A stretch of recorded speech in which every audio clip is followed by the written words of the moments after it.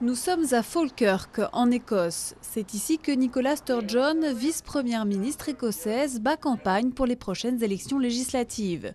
Cette figure du Parti national écossais tente de rallier les voix pour envoyer le plus de députés possible au Parlement britannique. Elle espère ainsi protéger la province de coupes budgétaires. C'est en effet Londres qui récolte les impôts en Écosse et qui décide de son budget.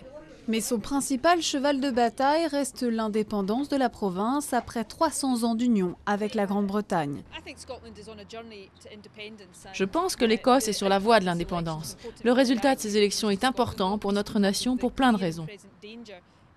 Pour les risques qu'il pose à notre budget ou à nos services publics, mais il s'agit également de l'indépendance de l'Écosse, de sa place dans le monde et de ses propres décisions.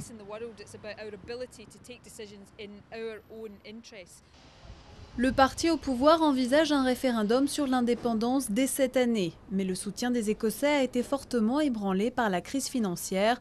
Selon les derniers sondages, 55% d'entre eux voteraient contre l'indépendance.